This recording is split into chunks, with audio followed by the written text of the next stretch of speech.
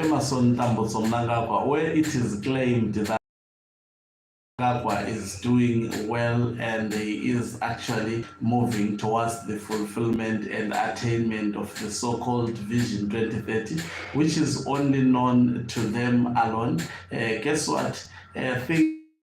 Things are not looking good according to new global livability index, as well as also the economist intelligence unit. In fact, it places Zimbabwe amongst the top 10 West countries to survive on. And I was actually laughing looking at this.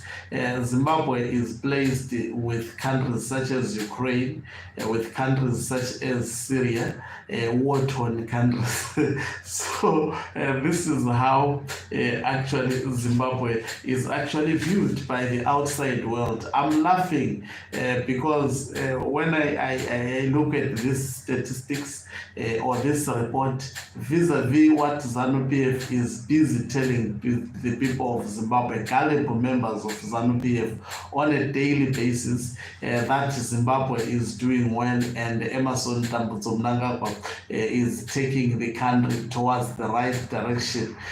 This is actually not funny at all, but it is what it is. Greetings and welcome on your lovely channel, the Hlonipani Global News. If you're watching us for the very first time, please do remember to press the red or black subscribe button so that next time when we film live, guess what? You become the very first one to watch us. So, according to the new global livability index, they have actually placed Zimbabwe as, number 4 amongst the top 10 ranked countries, where they say it is quite difficult to live in Zimbabwe. It is number 4 on countries where it is quite difficult. I'll just give you a brief background on which country is Zimbabwe ranked with. Number 1 country is actually Venezuela.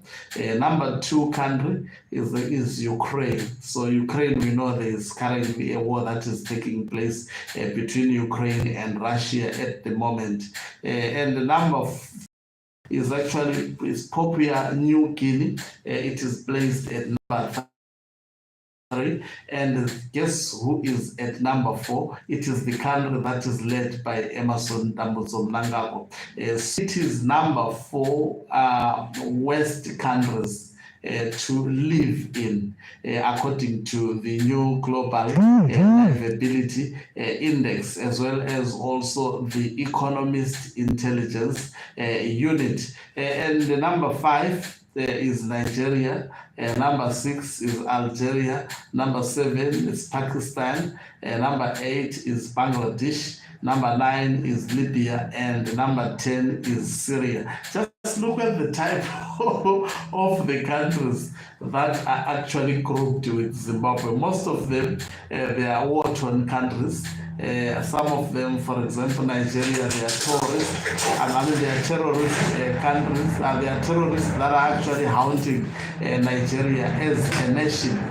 So they are saying, in fact, the new global index is basing this actually statistics on these following issues, and you will laugh vis-a-vis what we are being told through propaganda instruments about how Zimbabwe is actually performing.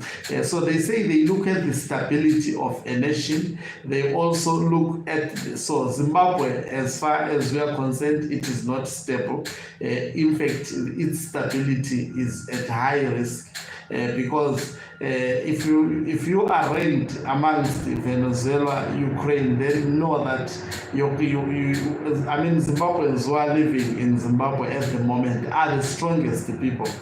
By the way, they are the survivors. So they were looking at the stability. Number 2, they look at the healthcare. We know the state of the healthcare in Zimbabwe. It is quite difficult if you are sick in Zimbabwe to even get primary healthcare. You will struggle. I know of people who came overseas to visit Zimbabwe, only to die because they failed to actually access medical health care. So that's how risky it is to actually be in Zimbabwe. Also culture. Culture, they will be looking at political culture and all aspects of culture. Zimbabwe is found wanting. And the environment, which means also the environment is not as conducive as we have been told, be it political environment, health-wise, and infrastructure. You know, when ZANU-PF are members or staunch supporters of Emerson Mnangagwa try to campaign for Mnangagwa, they say Mnangagwa is the best president in Southern Africa in terms of infrastructural investment. But guess what? All these were considered. And in spite of this, still Zimbabwe was ranked number 4 amongst the countries that are the worst to actually live in. And also look at the economist intelligence unit specifically look at these areas, economic pressures, particularly on citizens. So Zimbabweans are highly pressured economically. That is what this report says. They look at insecurity, but there is a lot of insecurity, especially bothering the people of Zimbabwe. They also look at the healthcare system. I think I've talked about that. Under-resourced education. You know, in Zimbabwe, schools, they don't have textbook. During the government of national unity, at least David Coulthard tried to stabilize the education of Zimbabwe, but afterwards the standard went down quite significantly. And then also they look at also structures. So this is quite concerning, and this is the true reflection of what Zimbabwe is undergoing. Just caption this: being ranked alongside Ukraine, where there is a war. So the people of Zimbabwe experiences are equated with those of Ukraine, with those of Venezuela, with those of Papua New Guinea, and Nigeria, Algeria, Pakistan, Bangladesh, Libya, and the war-torn Syria. They are actually better than Zimbabwe. So that is according to the Global Livability Index, as well as the Economist Intelligence Unit, that is EIU.